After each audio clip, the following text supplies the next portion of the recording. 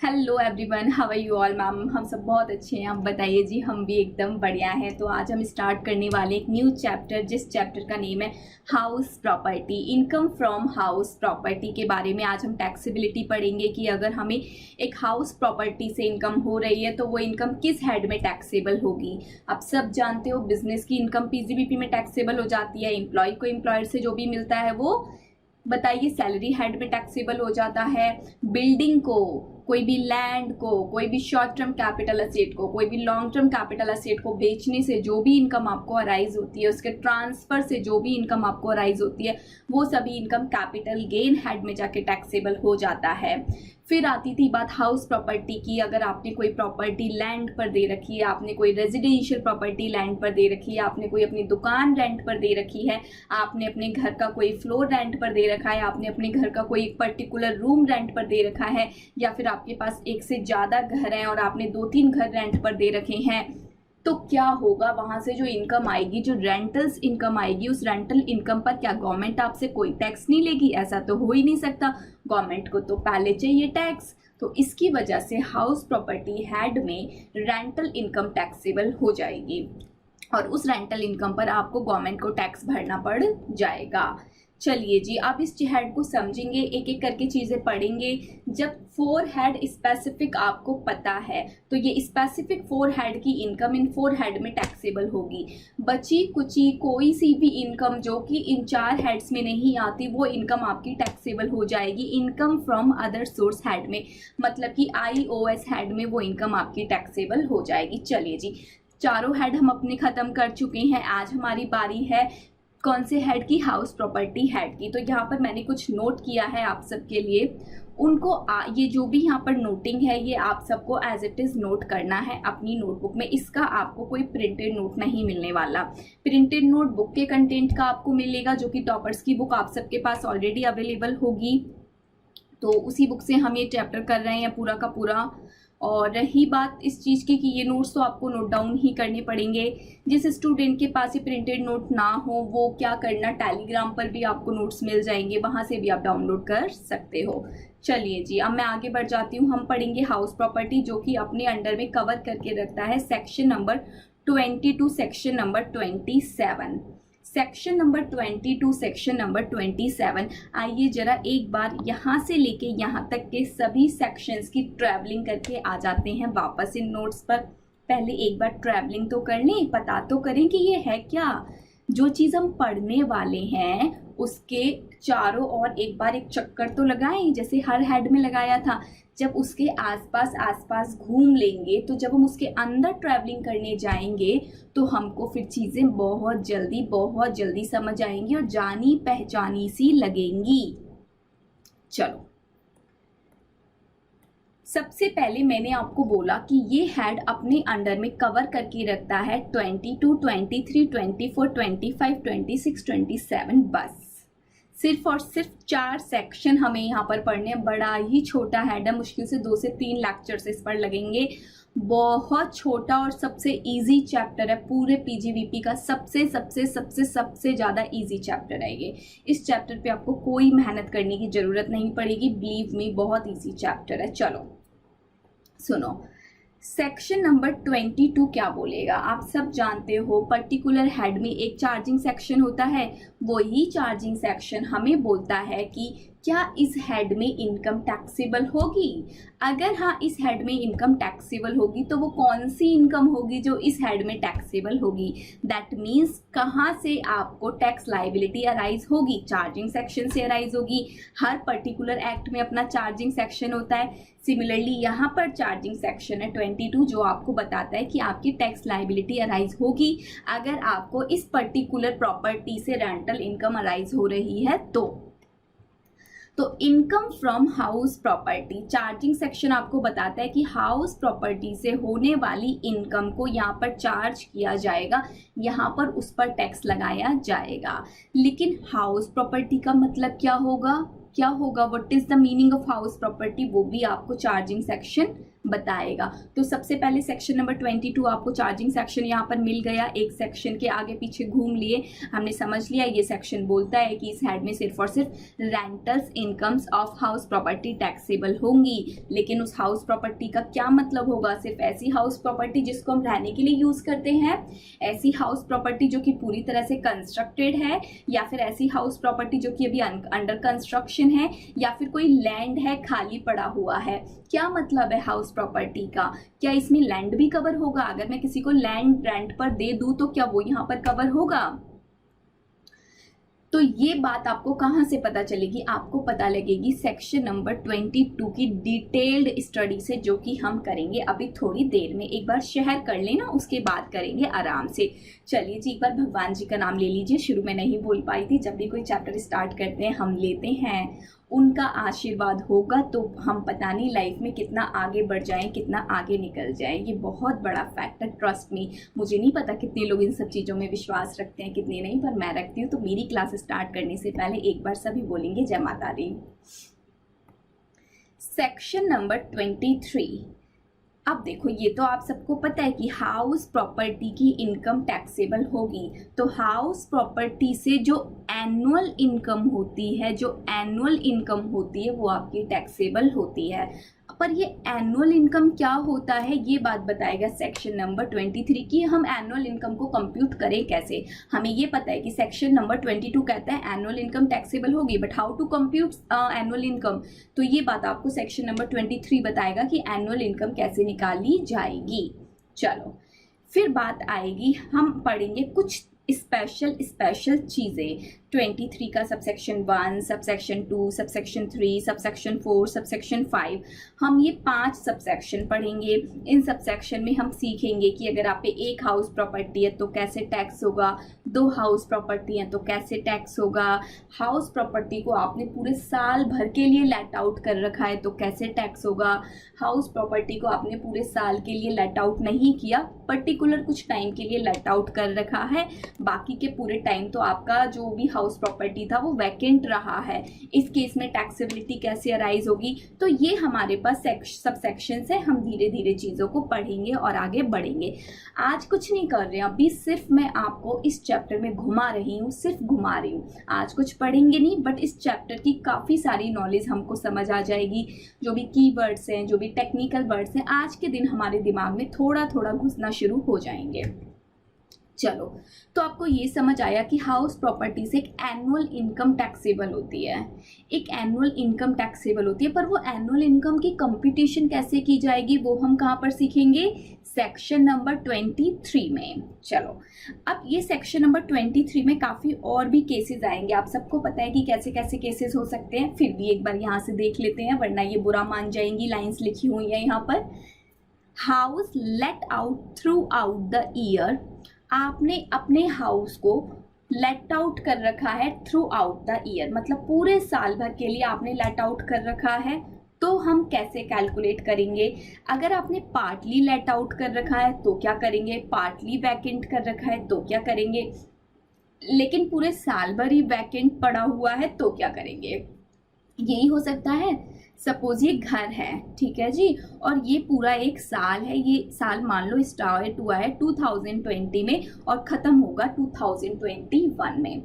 अब हो सकता है आपने ये वाली हाउस प्रॉपर्टी पूरे साल भर के लिए रेंट पर दे रखी हो सकता है एक दिन के लिए भी ये रेंट पर ना गई हो सकता है थोड़े टाइम के लिए रेंट पर गई हो, थोड़े टाइम के लिए वैकेंट रही हो। तो अलग अलग सिचुएशन बन रही है कि नहीं बन रही? जी मैम। क्या अलग अलग सिचुएशन बनने पर सभी केसेस में इनकम का अमाउंट सेम निकल के आ सकता है? नो मैम, बिल्कुल भी नहीं आएगा। 4 केसेस तो मैम आपने हमें दिखाए, चारों में इनकम का अमाउंट सेम आ ही नहीं सकता। जब इनकम का अमाउंट सेम नहीं आ सकता तो फिर टैक्स कैसे लग जाएगा?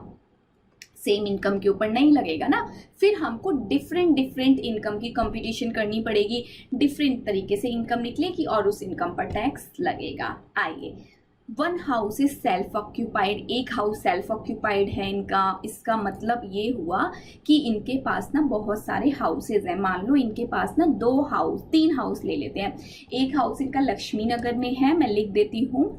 मिस्टर एक्स है, मिस्टर एक्स का एक हाउस लक्ष्मी नगर में है, एक हाउस इनका ले लेते हैं चलो उत्तम नगर में है, और एक हाउस इनका ले लेते हैं पटेल नगर में है। 3 हाउस है, ठीक है जी मैम। ये क्या करते हैं, एक हाउस को तो रहने के लिए यूज़ करते हैं, एक घर को तो रहने के लिए यूज़ कर रहे हैं, लेकिन बाकी के दोनों घर को इन्होंने रेंट पर दे दिया, तो बाकी के दोनों घर की इनकम इनकी टैक्स होगी कि नहीं? यस होगी मैम। लेकिन सपोज करो ये एक हाउस में तो रह रहे थे, इन्होंने दोनों हाउस को रेंट पर दिया ही नहीं। मैम रेंट पर दिया नहीं तो इसका मतलब टैक्स नहीं होगा। यही मेंटल लेवल तो मुझे आपका सही करना है, यही मेंटेलिटी तो चेंज करनी है हाउस प्रॉपर्टी के अंदर। हाउस प्रॉपर्टी के अंदर इनकम नहीं आ रही, स्टिल इनकम टैक्सेबल होगी। ओ माय गॉड मैम, ये तो जादू हो रहा है क्या? उसी के जैसा कुछ हो रहा है, धीरे धीरे समझ आएगा। सुनो, 2 हाउसेज हैं कि नहीं? जी मैम 2 हाउस हैं। एक हाउस में तो आप चलो रह रहे हो, गवर्नमेंट बोलती है एक हाउस अगर रहने के लिए यूज़ कर रखा है तो इतना तो बनता है, कोई भी पर्सन है उन पे 3 घर हैं तो एक हाउस तो वो अपने रहने के लिए एटलीस्ट रखेंगे। लेकिन 2 हाउस कोई खाली कैसे रख सकता है? अरे चलो किसी का मन है खाली रखने का तो वो खाली रख भी सकता है, लेकिन गवर्नमेंट क्या किसी पर्टिकुलर पर्सन की आईज से देखती है? नो, गवर्नमेंट तो अपनी पूरी इकॉनमी को, पूरे 125 करोड़ लोगों को एक नज़रिए से देखती है कि नहीं? जी मैम देखती है। काफ़ी सालों पहले आपने नाम सुना होगा, एक स्कीम आई थी, एक स्कीम नहीं आई थी, बेसिकली गवर्नमेंट के द्वारा एक लाइन बोली गई थी। वो लाइन ये थी कि भारत के हर एक नागरिक के पास रहने के लिए घर होगा। अब वो अपना होगा या पराया होगा वो बात वहाँ पर क्लियर नहीं थी। तो ऐसे ही तो होते हैं लॉ में लूप होल्स, लाइनें क्लियर नहीं होती, बट लाइनों का मतलब कुछ ना कुछ होता है, गवर्नमेंट को क्लियर कट पता होता है, बट पब्लिक उसको कुछ और ही वे में सोच रही होती है। अब देखो क्या लाइन थी कि भारत के सभी नागरिक पर रहने के लिए घर होगा। सबके दिमाग में क्या आया? अच्छा मतलब हम सब पे एक एक घर होगा, गवर्नमेंट हमको फ्री में घर बांटेगी। लेकिन गवर्नमेंट के माइंड में क्या चल रहा था? सब पे घर होगा मतलब कि कोई भी रोड पर नहीं रहेगा, हर किसी को घर मिलेगा, चाहे वो रेंटेड घर हो चाहे वो कैसा भी घर हो, हर कोई घर के अंदर रहेगा। बात समझ आई कि नहीं?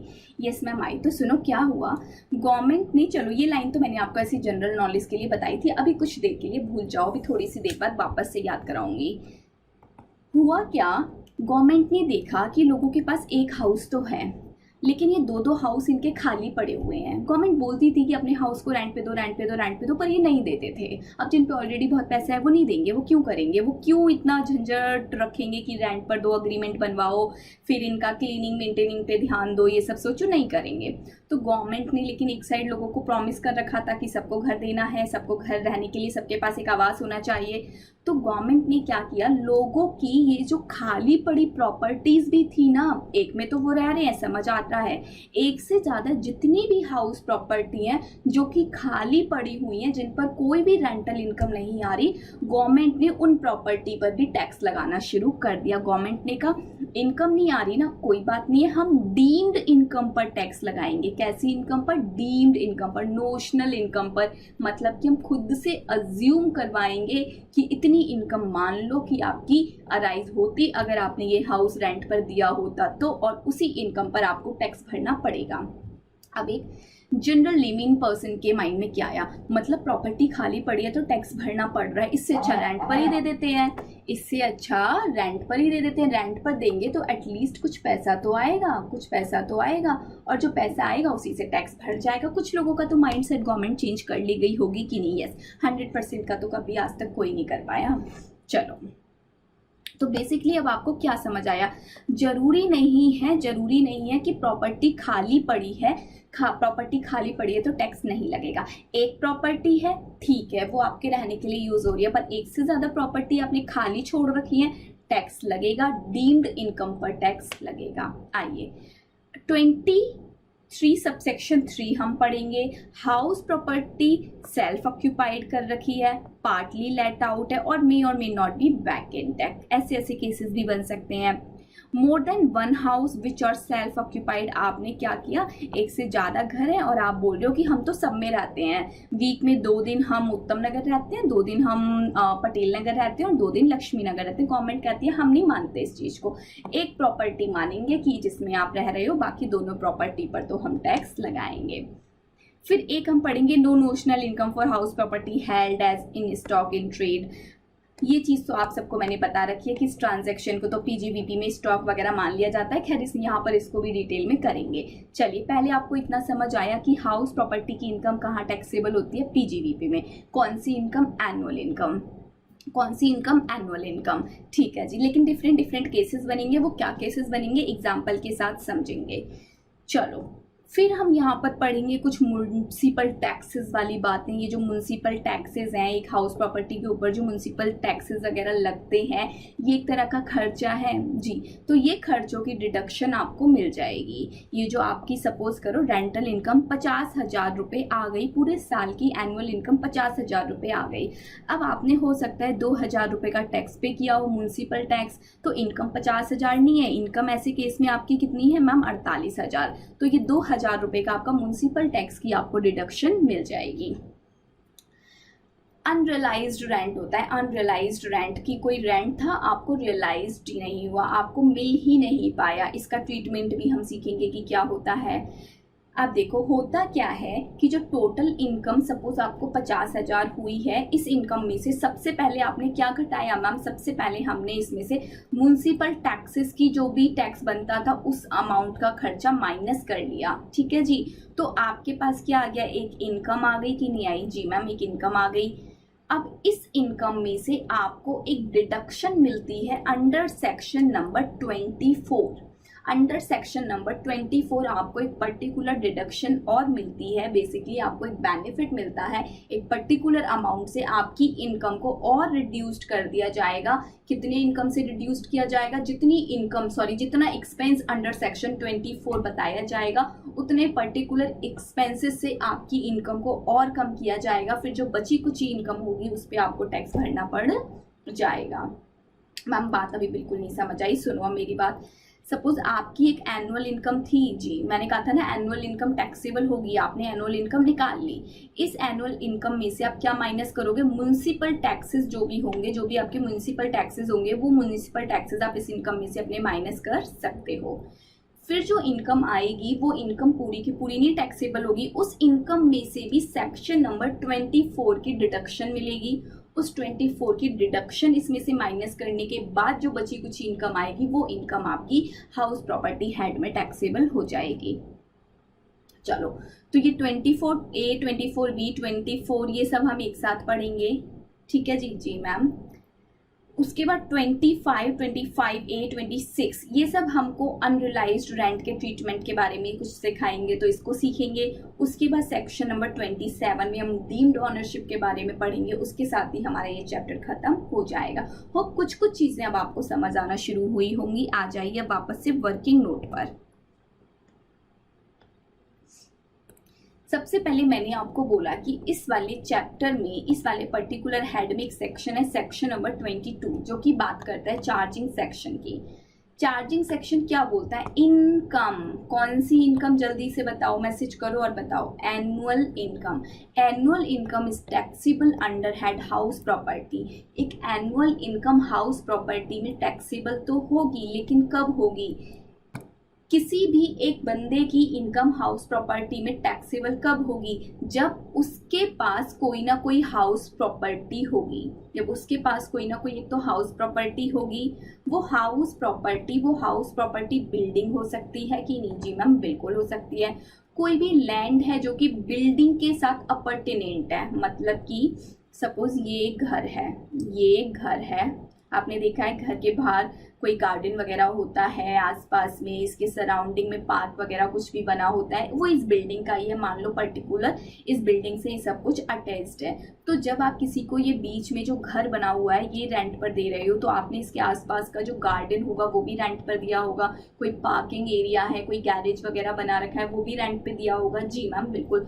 तो वो सब भी इस हाउस प्रॉपर्टी का पार्ट माना जाएगा। लेकिन अगर किसी को आप अलग से सिर्फ और सिर्फ लैंड रेंट पर दे दोगे तो फिर वो यहाँ पर कवर नहीं होगा। आपको याद होगा मैंने इनकम फ्रॉम अदर सोर्स में पढ़ाया था कि अगर किसी को आप लैंड को रेंट पर देते हो तो वहां से जो भी इनकम आती है वो IOS हेड में टैक्सेबल हो जाती है। तो यही का किसी एक पर्सन की हाउस प्रॉपर्टी की इनकम तभी टैक्सेबल होगी जब उनके पास एक हाउस प्रॉपर्टी होगी जो कि बिल्डिंग के फॉर्म में हो सकती है।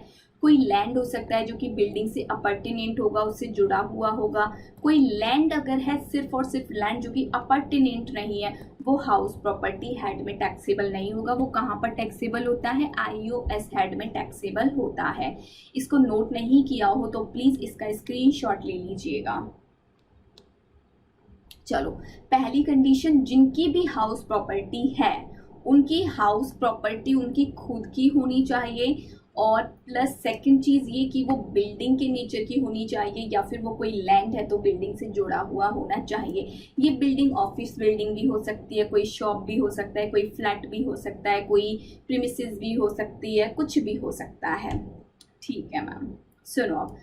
तो पहली चीज़ तो आपने देखा कि कोई ना कोई एक हाउस प्रॉपर्टी होनी चाहिए। उसके बाद assessee should be the owner of house property in the previous year, मतलब कि जिस ईयर में उनको इनकम अराइज हो रही है उस ईयर में आप उस प्रॉपर्टी के ऑनर भी होने चाहिए। अगर आप उस प्रॉपर्टी के ऑनर नहीं हो तो फिर आपके हैंड्स में इनकम टैक्सेबल होना भी नहीं बनती।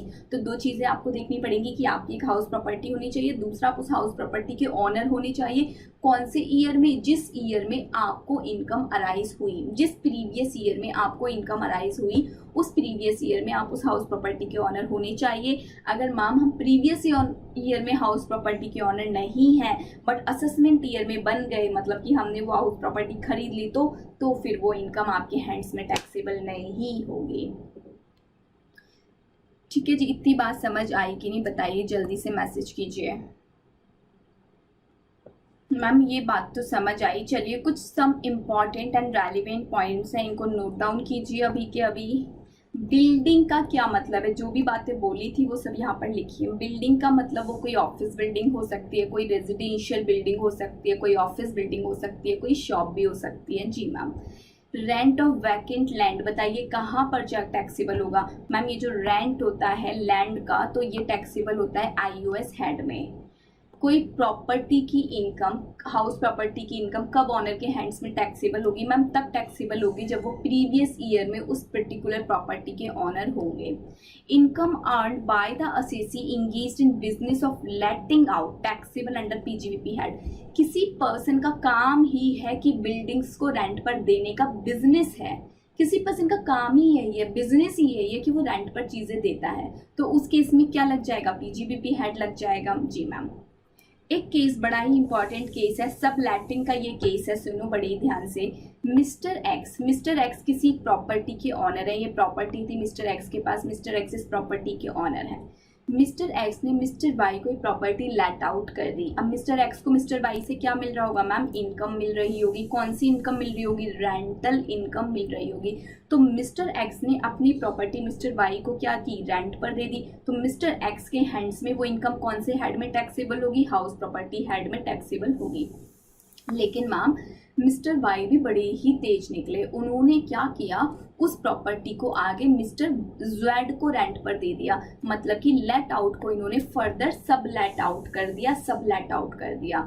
तो इस केस में आप सब मुझे बताइए, क्या मिस्टर वाई ऑनर है इस प्रॉपर्टी के? No ma'am. जब मिस्टर वाई ऑनर ही नहीं है तो मिस्टर जेड से जो मिस्टर वाई को रेंटल्स मिलेंगे, क्या वो रेंटल्स हाउस प्रॉपर्टी हेड में in the hands of Mr Y taxable होंगे? नो मैम, नहीं होंगे। फिर कहाँ टैक्सेबल होंगे? फिर वो टैक्सेबल होंगे income from other source head में। लेकिन अगर मान लो मिस्टर वाई का बिजनेस ही यही है कि किसी से रेंट पे लेना फिर आगे रेंट पर देना, अगर मिस्टर वाई का बिजनेस होगा तो फिर कहाँ पर टैक्सेबल हो जाएंगे? PGBP में। लेकिन वो बिजनेस नहीं है तो फिर कहाँ पर टैक्सेबल हो जाएगा? रेंटल सब लेट आउट से जो आ रहा है वो इनकम फ्रॉम अदर सोर्स में वो टैक्सेबल हो जाएगा। मैम हमें कैसे पता चलेगा बिजनेस है कि नहीं? क्वेश्चन में आपको बताया जाएगा। नेक्स्ट देखो point number 6, house property used for business और प्रोफेशन। सुनो, कोई एक हाउस प्रॉपर्टी है, सपोज ये एक हाउस प्रॉपर्टी है, ठीक है जी। आपने इसमें अपना गोडाउन बना लिया, अपनी दुकान का गोडाउन बना लिया और इसमें आप अपना बिजनेस का काम कर रहे हो। अब आप इस पर्टिकुलर प्रॉपर्टी को अपने बिजनेस के लिए यूज कर रहे हो ना? Yes ma'am. बिजनेस के लिए जब जब यूज करोगे गवर्नमेंट उस पर्टिकुलर बिल्डिंग पर कोई भी रेंटल्स आपके हाथ में नहीं बनाएगी। अभी हमने पढ़ा था ना कि एक ही हम रहने के लिए यूज कर सकते हैं, बाकी जितने भी होंगे उन सब पे डीम्ड इनकम मान ली जाएगी। लेकिन उन सब में से अगर आपने कोई पर्टिकुलर प्रॉपर्टी बिजनेस या प्रोफेशन में यूज कर ली है तो उस पर्टिकुलर प्रॉपर्टी पर डीम्ड इनकम का कॉन्सेप्ट नहीं लगेगा और फिर वो इनकम आपकी टैक्सेबल नहीं होगी हाउस प्रॉपर्टी हेड के अंदर। आप सब जानते हो जब हम बिजनेस कर रहे होते हैं तो बिजनेस के जो भी प्रॉफिट होते हैं वो ऑलरेडी पीजीबीपी हेड में टैक्सेबल हो जाते हैं, तो क्यों डबल ट्रिपल टाइम्स उनको टैक्स किया जाए।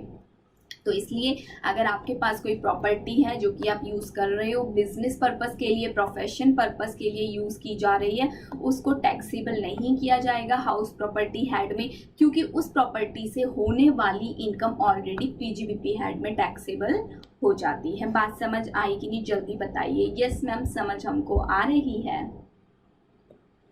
नेक्स्ट पॉइंट पर आइए, point number 7। If house property is built on lease hold land.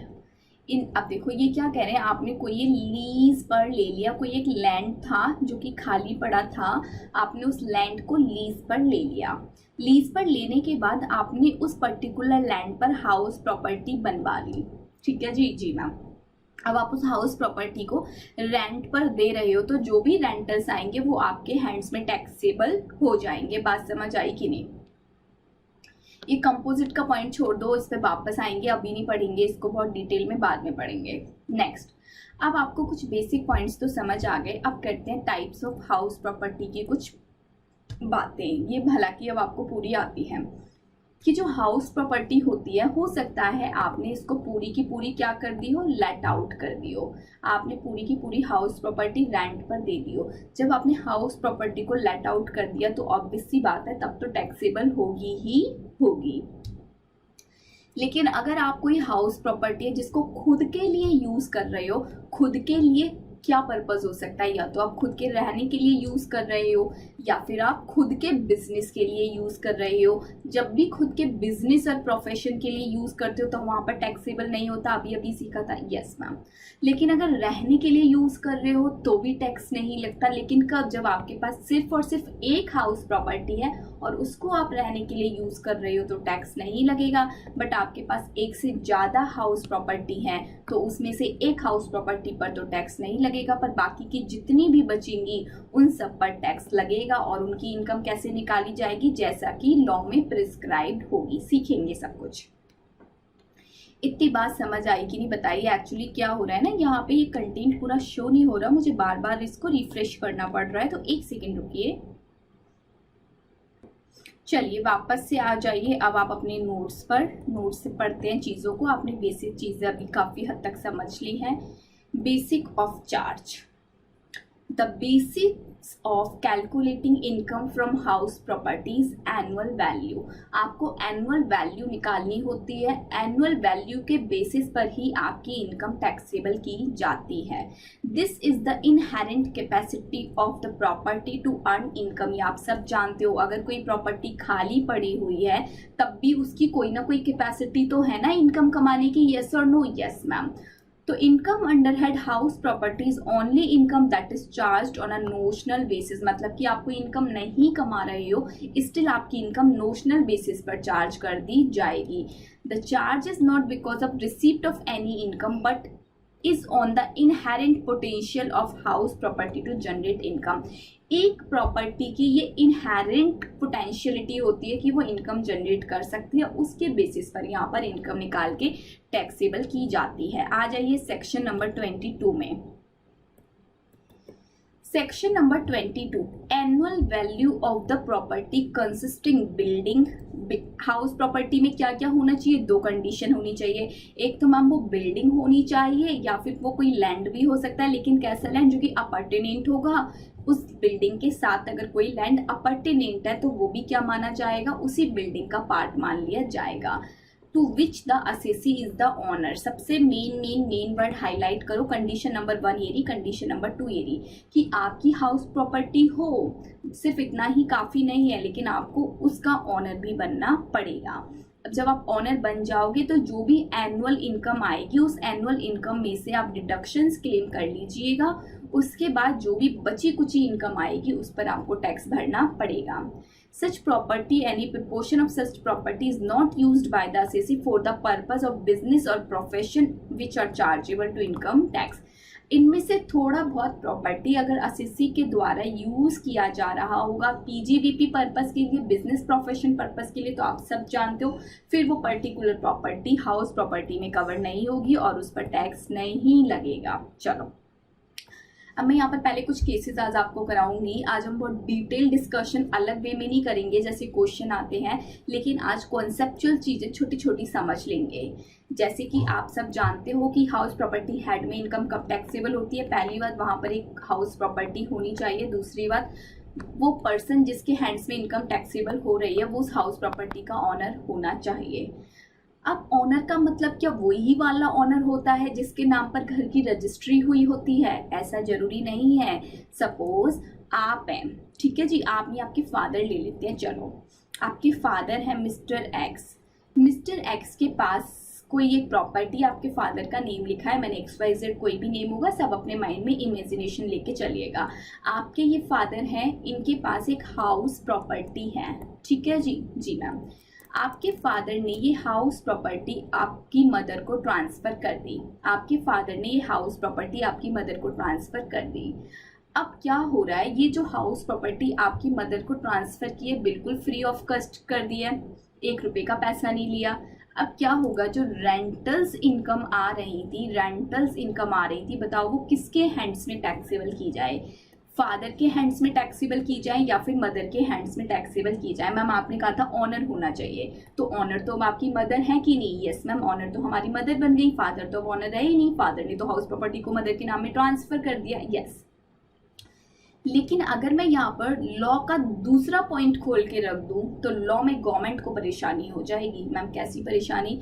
देखो, आपके फादर के हैंड्स में अगर इनकम टैक्सेबल होगी तो उनको जो डिडक्शन मिलनी होगी 2.5 लाख रुपए की, हो सकता है वो ऑलरेडी एग्जॉस्ट हो गई हो। जी मैम, लेकिन आपकी मदर को जो 2.5 लाख रुपए की जो भी एग्जाम्पशन लिमिट मिलेगी, हो सकता है उनकी अभी एग्जॉस्ट ही नहीं हुई, उनकी अभी पूरी की पूरी एज इट इज पड़ी है। जनरली अपने इंडिया में यही होता है ना कि जो फादर होते हैं, मेल मेंबर होता है, अपने इंडिया में मैं बोलूँ तो 40% आज भी ऐसा ही होता है, 40 to 50%। इवन अगर हम विलेजेस वगैरह की बात करें तो वहाँ तो 100% ऐसा होता है। रूरल एरियाज में 100%, 99% ऐसा ही होता है कि इनकम कमाने वाले एक ही पर्सन होते हैं, उन्हीं के हैंड्स में टैक्स लाइबिलिटी अराइज होती है। मदर कुछ नहीं कर रही होती है तो उनके ऊपर स्लैब उनका पूरा का पूरा एज इट इज रखा होता है। अब ये रेंटल इनकम्स जो भी आ रही है, ये मदर के हैंड्स में टैक्स कराई जाए तो 1 रुपये का भी टैक्स नहीं लगेगा। हो सकता है पूरा का पूरा 2.5 लाख रुपए ही यहाँ से सेट ऑफ हो जाए और 1 रुपये का भी टैक्स ना भरना पड़े।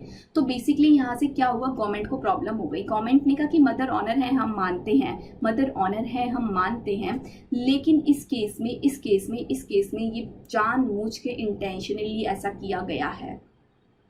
तो लॉ मेकर ने क्लियर बोला कि ऑनर का मतलब डीम्ड ऑनर भी मान लिया जाएगा। इस केस में मिस्टर एक्स को डीम्ड ऑनर माना जाएगा और ये जो रेंटल्स इनकम है ये मिस्टर एक्स के हैंड्स में ही टैक्स किए जाएंगे। मिसेस एक्स के हैंड्स में ये टैक्स नहीं किए जाएंगे, मतलब कि आपके फादर के हैंड्स में ही रेंटल्स टैक्स किए जाएंगे, आपकी मदर के हैंड्स में ये रेंटल्स टैक्स नहीं किए जाएंगे। अगर आपके फादर ने आपके मदर को कोई प्रॉपर्टी ट्रांसफर किया बिल्कुल फ्री ऑफ कॉस्ट या फिर इनएडिक्वेट कंसिडरेशन के लिए किया, मान लो सपोज करो कोई 10 लाख की प्रॉपर्टी थी, बिल्कुल फ्री ऑफ कॉस्ट अगर ट्रांसफर कर दी, तब तो पूरा का पूरा रेंट किसके हैंड्स में टैक्सेबल होगा? फादर के हैंड्स में। लेकिन ये 10 लाख की प्रॉपर्टी के आपके फादर ने आपकी मदर से 4 लाख रुपए ले लिए, हालांकि लेके तो दिखाएं, ले तो नहीं सकते हैं, तो मान लो 4 लाख रुपए ले लिए, तो उस केस में क्या होगा, अब 40% इनकम किसके हैंड्स में टैक्सेबल होगी? फादर के हैंड्स में। क्यों बताइए? सॉरी 60%। टोटल 10 लाख की प्रॉपर्टी थी ना, तो 4 लाख आपकी मदर से ले लिया, तो मदर के पास कितना रेशियो पहुंच गया? 40% रेंटल्स टैक्सेबल हो जाएंगे मदर के हैंड में, 60% रेंटल्स टैक्सेबल हो जाएंगे फादर के हैंड्स में। चलो, क्योंकि अभी भी आज की डेट में भले ही आपके फादर ने पूरी की पूरी प्रॉपर्टी आपकी मदर को ट्रांसफ़र कर दी, लेकिन 60% रेशियो के लिए आपके फादर ही आज की डेट में भी डीम्ड ऑनर माने जाएंगे। तो आइए पढ़ते हैं कि ऑनर का मतलब सिर्फ ऑनर ही नहीं होता, कुछ डीम्ड ऑनर के केसेस भी यहाँ पर कवर किए गए हैं कि डीम्ड ऑनर के हैंड्स में भी इनकम चार्जेबल की जाएगी। ट्रांसफ़र टू स्पाउस, पहले ये पढ़ो, under the following circumstances income from house property is taxable in the hands of person even if the property is not registered in his name. बल्कि property इनके name में registered नहीं रही है तब भी इन्हीं के हैंड्स में इनकम टैक्सेबल होगी, बिकॉज ये कौन है, ये डीम्ड ऑनर है। Transfer to a spouse, if a individual मतलब कि आपके फादर ट्रांसफर कर देते हैं कोई house property to his her spouse को otherwise then for adequate consideration. कुछ कंसिडरेशन ले लेंगे तो उतना पार्ट तो माना जाएगा कि एक्चुअल में ट्रांसफर कर दिया। The transfer in that case is deemed to be the owner of the property so transferred. This would be however not cover case where a property is transfer to a spouse in connection with an agreement to live apart. Actual में अगर कोई separate हो गए हैं husband wife, actual में वो live apart हो गए हैं, अलग रहते हैं, सेपरेट हो गए हैं, सेपरेट रहने की वजह से हस्बैंड ने अपनी वाइफ को कोई प्रॉपर्टी दिया, वाइफ ने हस्बैंड को कोई प्रॉपर्टी दिया, उस केस में ये कॉन्सेप्ट अप्लाई नहीं होगा डीम्ड ऑनर वाला। उस केस में अगर ट्रांसफर की गई है प्रॉपर्टी हस्बैंड के द्वारा वाइफ को, भले ही इनएडिक्वेट कंसिडरेशन में ही ट्रांसफर की गई है, कोई भी पैसा नहीं लिया गया, free of cost he transfer की गई हो, तब भी रेंटल्स किसके हैंड्स में टैक्सेबल किए जाएंगे, जो अब एक्चुअल में ऑनर है। Suppose Mr X and Mr Y थे, लिख देती हूँ यहाँ पर, Mr X and Mr Y थे, Mr X and Mrs X थे, Mr X and Mrs X थी, ठीक है जी। इनका क्या हो गया, इनका सेपरेशन हो गया। अब मिस्टर एक्स ने मिसेस एक्स को रहने के लिए घर दे दिया, बिल्कुल फ्री ऑफ कॉस्ट दे दिया। अब चाहे मिसेस एक्स इस घर को रेंट पे दे, चाहे कुछ भी करे, वो इनकी मर्जी, लेकिन इस केस में मिसेस एक्स को रियल ऑनर माना जाएगा, चाहे इनको घर फ्री ऑफ कॉस्ट ही क्यों ना मिला हो, और जो भी रेंटल्स आ रहे हैं वो मिसेस एक्स के हैंड्स में ही टैक्सेबल होंगे। क्लियर कट बोला गया है। डीम्ड कॉन्सेप्ट, डीम्ड ऑनर के कॉन्सेप्ट से लिव अपार्ट के कॉन्सेप्ट को बाहर किया जा रहा है। नेक्स्ट, अगर आप ट्रांसफ़र कर देते हो कोई भी प्रॉपर्टी अपने माइनर चाइल्ड को, अगर आप माइनर चाइल्ड को प्रॉपर्टी ट्रांसफ़र कर देते हो otherwise then for adequate consideration, तो उस केस में भी फादर ही पर्टिकुलर पार्ट के लिए क्या माने जाएंगे, डीम्ड ऑनर। लेकिन वो जो माइनर चाइल्ड है, अगर वो minor child minor married daughter है, तो अगर वो माइनर मैरिड डॉटर है तो उस केस में डीम्ड ऑनर का कॉन्सेप्ट नहीं बनेगा। ये माइनर मैरिड डॉटर ही अपना टैक्स भरेंगी, लेकिन ये तो खुद टैक्स नहीं भर पाएंगी। मैम ये माइनर है तो इनके जो भी रिप्रेजेंटेटिव होंगे वो इनके बिहाफ पर टैक्स भर देंगे। Holder of an impartible estate, impartible estate क्या होता है, इसमें क्या होता है कि लीगली ऑनरशिप नहीं दी जाती पर उसको पूरा यूज का राइट दे दिया जाता है। लीगली नहीं दिया पर पूरा राइट टू यूज दे दिया। The holder of an impartible estate shall be deemed to be the individual owner of all property comprised in the state. The impartible state, as the word itself suggested, as a property which is not legally divisible. किसी को कोई holder है, इम्पार्टिबल state के holder हैं, तो particular property वही honour माने जाएंगे, लेकिन वो एक्चुअल ऑनर नहीं है क्योंकि लीगली उनको प्रॉपर्टी नहीं मिली हुई है, लेकिन फिर भी वो उसके डीम्ड ऑनर माने जा रहे हैं और उसको उनसे कोई रेंटल इनकम हो रही है तो वही उस पर टैक्स भरेंगे। मैम ये बात नहीं समझ आई। सपोज करो ये एक घर है, ठीक है जी, ये घर है मिस्टर एक्स का। मिस्टर एक्स ने क्या किया, इस घर को अपने 3 बेटों में बांट दिया, ए बी सी को। सपोज इस घर के 3 हिस्से हुए और एक हिस्सा ए को दिया, एक हिस्सा बी को दिया, एक हिस्सा सी को दिया, तीनों के नाम पर इस पर्टिकुलर हिस्से की रजिस्ट्री कर दी। लेकिन ये जो टेरेस था, ये टेरेस किसी को भी नहीं बांटा गया, टेरेस किसी को भी नहीं दिया गया, लेकिन ए को इस टेरेस का क्या बना दिया गया, इस टेरेस का ए को होल्डर बना दिया गया। यानी कि ये जो टेरेस है अभी ए को भी नहीं दी गई, इस टेरेस की रजिस्ट्री ए को भी नहीं दी गई, लेकिन ए को इस टेरेस का होल्डर बना दिया गया, इम्पार्टिबल स्टेट का होल्डर बना दिया गया। अब इस टेरेस से जो भी रेंटल्स आएंगे वो ए के हैंड्स में ही टैक्सेबल होंगे, क्योंकि ए यहाँ पर रियल ऑनर नहीं है, लॉ के थ्रू डिवीजन नहीं हुआ है, रजिस्ट्री नहीं हुआ है, लेकिन वो यहाँ पर डीम्ड ऑनर है, इसलिए टेरेस से आने वाली इनकम ए के हैंड्स में टैक्सेबल हो जाएगी। Next, member of cooperative society etc. A member of cooperative society company, और ये क्विज मैंने आपको ऑलरेडी एक बार कराया था, आपको भी याद आना चाहिए। आपको मैंने कब कराया था बताओ, जल्दी से मैसेज करके बताना, मैं एक बार पढ़ रही हूँ, मैसेज करके बताना कब कराया था, आपको याद आना बनता है ये case. a member of cooperative society, company, or any other association of person to whom a building or part thereof is allotted or leased under a house building scheme of society, company, association shall be deemed owner of that building or part thereof allotted to him, although the cooperative society, company, association is the legal owner of the building. कुछ याद आ रहा है?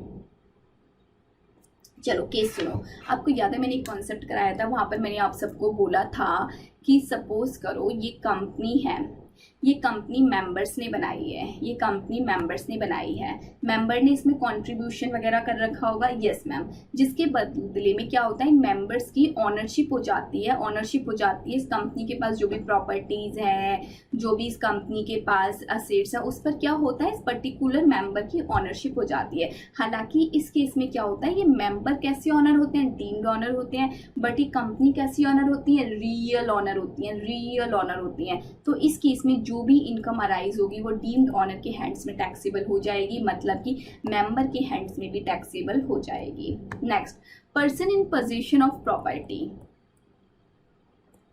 a person who is allowed to take or retain the possession of any building or property or part thereof in performance of this section under transfer of property act। ये basically ये बोल रहे हैं कि मान लो किसी पर्सन ने property की पोजीशन बायर को हैंड ओवर कर दी, बायर ने सेल कंसिडरेशन पे कर दिया या फिर पे करने का प्रॉमिस कर दिया।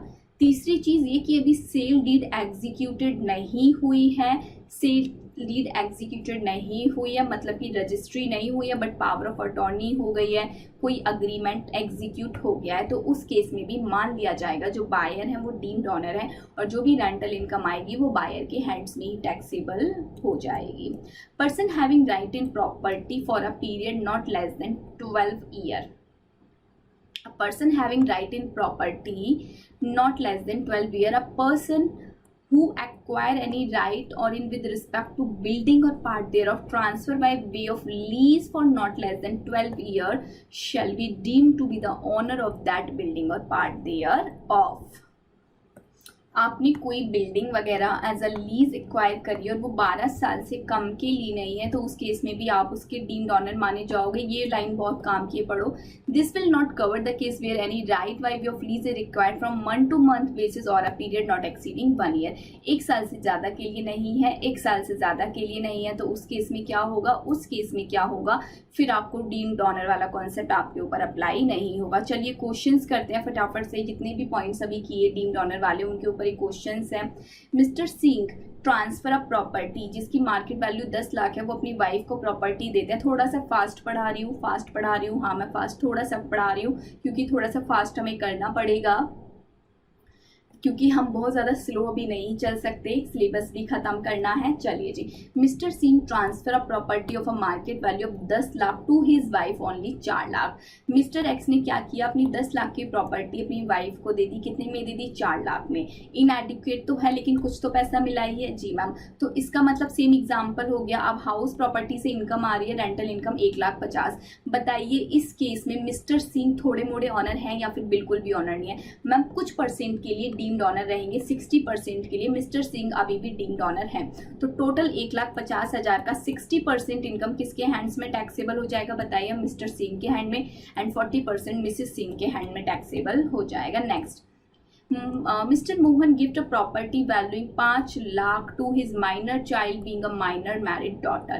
Oh my God, minor married daughter को जब प्रॉपर्टी दे दी तो बताइए क्या डीम्ड ऑनर का कॉन्सेप्ट रहेगा? No ma'am, minor married daughter नहीं होती, कोई अदर डॉटर होती जिनकी अभी भी मतलब माइनर डॉटर होती पर वो मैरिड नहीं होती, तो उस केस में डीम्ड ऑनर का कॉन्सेप्ट आता और मिस्टर रोहन के हैंड्स में इनकम टैक्सेबल हो जाती। नेक्स्ट, मिस्टर सोहन ने क्या किया, 20 लाख की प्रॉपर्टी अपनी वाइफ को गिफ्ट कर दी। Sorry Mr Sohan gift ₹20 lakh to his wife, cash दिया गया है वाइफ को, एंड वाइफ ने क्या किया, इस 20 लाख रुपए से प्रॉपर्टी खरीद ली।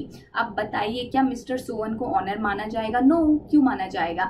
ट्रांसफर हाउस प्रॉपर्टी की बात होती तो हम देखते ना डीम्ड ऑनर का केस, यहाँ तो कैश भेज दिया है, कैश देना हाउस प्रॉपर्टी हैंड में कवर नहीं है। मिस्टर सोहन ने कैश दिया अपनी वाइफ को, वाइफ ने जाके हाउस प्रॉपर्टी खरीद ली। अब हाउस प्रॉपर्टी से जो भी इनकम आएगी वो किसके हैंड्स में टैक्स होगी, वाइफ के हैंड्स में टैक्सेबल होगी। Next, Mr. A give his house property on lease to Mr. B for total period of 13 year. 13 year के लिए लीज पर दे दिया गया, but the lease is to be renewed by Mr B annually during this period in whose hands will be the property income be assessed. जल्दी से सोचिए और मुझे बताइए। बोल रहे हैं कि लीज पर तो दिया है और लीज जो है वो 13 साल के लिए है, लेकिन क्या हो रहा है कि एनुअली क्या किया जा रहा है, जो लीज्ड है उसको रिन्यू किया जा रहा है। बताइए क्या होगा, सोचिए मैसेज कीजिए, फिर से सुन लो चाहे तो। मिस्टर ए ने अपनी हाउस प्रॉपर्टी लीज पर मिस्टर बी को दे दी, वो भी लीज 13 साल की, यानी कि 12 साल से ज़्यादा के लिए लीज पर दी है। आप सब जानते हो जब 12 साल से ज़्यादा के लिए लीज पर दी होती है तो डीम्ड ओनर का कॉन्सेप्ट आ जाता है। जी मैम, और जब डीम्ड ओनर का कॉन्सेप्ट आ जाता है तो मिस्टर बी को डीम्ड ओनर मान लिया जाता है और ये प्रॉपर्टी पर जो भी इनकम आती है मिस्टर बी के हैंड्स में टैक्स होना शुरू हो जाती है। लेकिन यहाँ पर क्या बोला है, लेकिन ये लीज भले ही 12 साल से ज़्यादा के लिए दी है, बट एनुअली इसको क्या किया जाता है, रिन्यू किया जाता है। और जब एनुअली रिन्यू किया जाता है, एक साल के अंदर बार बार रिन्यू किया जाता है, एक साल से ज़्यादा के लिए नहीं किया जा रहा है, 12 मंथ में रिन्यू किया जा रहा है, तो उस केस में डीम्ड ऑनर का कॉन्सेप्ट खत्म हो जाता है। तो अभी भी मिस्टर ए ही ऑनर रहेंगे, डीम्ड ऑनर की बात यहाँ पर नहीं आएगी। E, Mr X gives his house property on lease to Mr Y. Oh my god, Mr X ने अपनी हाउस प्रॉपर्टी किसको लीज पर दे दी, मिस्टर वाई को, for a period of 2 year. ये तो मैम 12 ईयर से कम है जी, बिल्कुल कम है।